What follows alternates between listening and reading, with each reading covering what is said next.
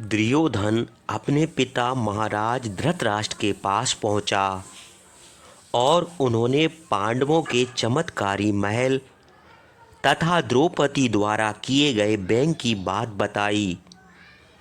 यह सुनकर धृतराष्ट्र अत्यंत क्रोधित हो गए। इसका लाभ उठाते हुए दुर्योधन बोला, पिताजी, आपके और अपने अपमान का बदला लेने के लिए मैंने मामा शकुनी के साथ मिलकर एक योजना बनाई है। यदि हम युधिष्ठिर को जुआ खेलने के लिए आमंत्रित करें तो मुझे विश्वास है कि हम लोग उनका महल समेत सब कुछ हड़प लेंगे। फिर उसने द्रौपदी की बात को बार बार दोहराकर महाराज धृतराष्ट्र का क्रोध अच्छी तरह भड़का दिया। हस्तिनापुर के राजा धृतराष्ट्र को अपने पुत्र दुर्योधन की योजना पसंद आई। उन्होंने सोचा कि किसी प्रकार का खून खराबा हुए बिना उन्हें इंद्रप्रस्थ राज वापस मिल जाएगा। धृतराष्ट्र ने कहा कि हमें इस विषय में विदुर की सलाह अवश्य लेनी चाहिए। विदुर ने सारी बातें सुनकर धृतराष्ट्र को समझाया कि दुर्योधन की बातों में आकर ऐसा कोई भी अनीतिपूर्ण कार्य न करें जिससे आपसी रंजस पैदा हो। परंतु दुर्योधन अपनी जिद पर अड़ा रहा। तब पुत्र मोह में फंसे धृतराष्ट्र को झुकना पड़ा। उन्होंने विदुर को आदेश दिया कि वह युधिष्ठिर को चौसर खेलने के लिए आमंत्रित करे। धृतराष्ट्र और दुर्योधन की बात से सहमत न होने के बाद भी विदुर को राजआज्ञा का पालन करना पड़ा। विदुर ने इंद्रप्रस्थ जाकर राज्य कार्य तो किया, परंतु युधिष्ठिर को जुए की बुराइयों और उससे होने वाली हानियों के विषय में भी बताया। युधिष्ठिर जुए के शौकीन थे। वे यह निमंत्रण अस्वीकार करके धृतराष्ट्र को दुखी नहीं करना चाहते थे। अतः अपने चारों भाइयों और द्रौपदी सहित हस्तिनापुर पहुंच गए। अगले दिन सभी लोग चौसर खेलने के लिए एकत्र हुए। सभा भवन में समस्त सभासद उपस्थित थे। पितामह भीष्म की असहमति के बावजूद पासे का खेल प्रारंभ हो गया। दुर्योधन ने शकुनी को अपनी ओर से खेलने के लिए नियुक्त किया।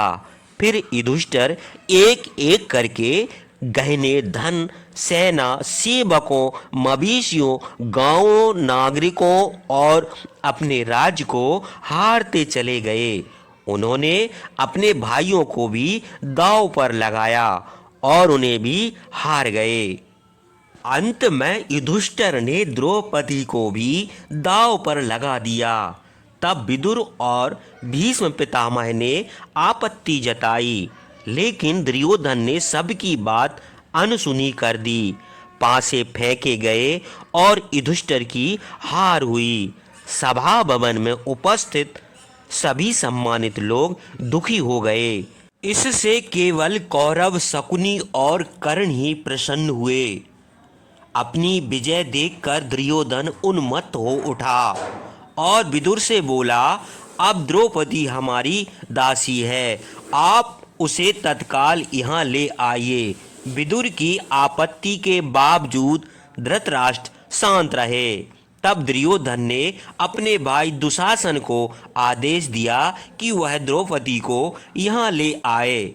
मना करने पर उसे खींच कर लाया जाए। जब द्रौपदी ने आने से मना किया तो दुशासन उसके केस पकड़कर उसे घसीटता हुआ सभा भवन की ओर ले चला। सभा भवन तक पहुंचते पहुंचते द्रौपदी के केस बिखर गए। अपनी दुर्दशा देख द्रौपदी ने क्रोध होकर उच्च स्वर में कहा, रे दुष्ट, स्त्री पर अत्याचार करते हुए तुझे लज्जा नहीं आती? धिक्कार है तुझ पर और तेरे भारत वंश पर। दुर्योधन ने हंसते हुए द्रौपदी को दासी कहकर संबोधित किया। द्रौपदी की स्थिति से पांडवों को अत्यंत कलेश हुआ, किंतु वे सिर नीचा करके बैठे रहे। द्रौपदी फिर बोली, सभासदों, धर्मराज युधिष्ठिर को मुझे दांव पर लगाने का क्या अधिकार था, जब वे स्वयं को भी हार चुके थे।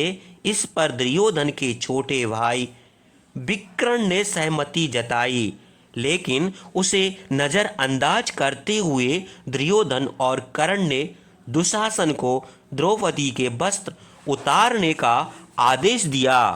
तब दुशासन ने द्रौपदी की साड़ी खींची।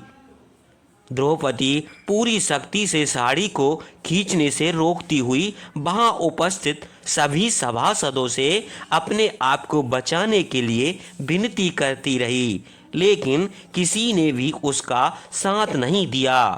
अपने पुत्र की इस अनीति पर दुरात्मा धृतराष्ट्र चुप रहे। चारों तरफ से निराश होकर द्रौपदी अपनी इज्जत बचाने के लिए मन ही मन में श्री कृष्ण से प्रार्थना करने लगी। श्री कृष्ण ने अपना चमत्कार दिखाया। दुशासन जितनी साड़ी खींचता, द्रौपदी की साड़ी उतनी ही बढ़ जाती। दुशासन को अपने बल पर बड़ा अभिमान था, परंतु वह धरा का धरा रह गया। साड़ी खींचते खींचते दुशासन शिथिल हो गया और अंत में लज्जित होकर चुपचाप बैठ गया। तब सभी सभासद मुक्त कंठ से द्रौपदी के पतिव्रत की प्रशंसा करने लगे।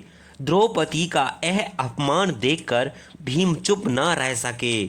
उन्होंने घोषणा की, जिन हाथों ने द्रौपदी की साड़ी और केस खींचे हैं, यदि मैं उन हाथों को उखाड़ने के बाद उसकी छाती चीर कर रक्तपान न करूं, तो मैं क्षत्रिय नहीं।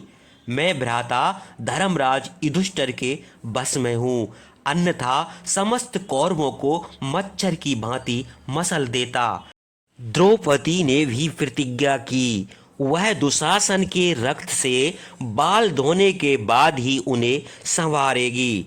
परंतु दुष्ट दुर्योधन सबका उपहास उड़ाते हुए बोला, हे द्रौपदी, मैं तुम्हें दासी से अपनी महारानी बना लूंगा। इधर आओ, मेरी बाई जंघा पर बैठ जाओ। इन पुंसत्वहीन पांडवों का साथ छोड़ दो।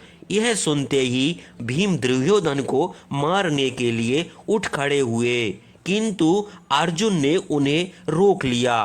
तब भीम ने पुनः भरी सभा में शपथ ली, यदि मैं युद्ध में दुर्योधन की जांघों को चीर न दूं तो मेरा नाम भीम नहीं। उसी समय भयंकर अपशकुन होता दिखाई पड़ा। गीदड़ तथा कुत्तों के रुदन की आवाजें आने लगीं। तब धृतराष्ट्र मौन न रह सके। वे बोले, दुर्योधन, तू दुर्बुद्धि हो गया है। कुछ भी हो, द्रौपदी मेरी पुत्र वधू है। तू इसे भरी सभा में अपमानित कर रहा है। इसके पश्चात उन्होंने द्रौपदी सहित सभी पांडवों को दासता से मुक्त कर दिया, लेकिन भीम की प्रतिज्ञा सुनकर कमजोर धृतराष्ट्र भयभीत हो गए थे। इसलिए उन्होंने आदेश दिया कि पांडवों को सब कुछ वापस करके उन्हें शीघ्र इंद्रप्रस्थ भेज दिया जाए।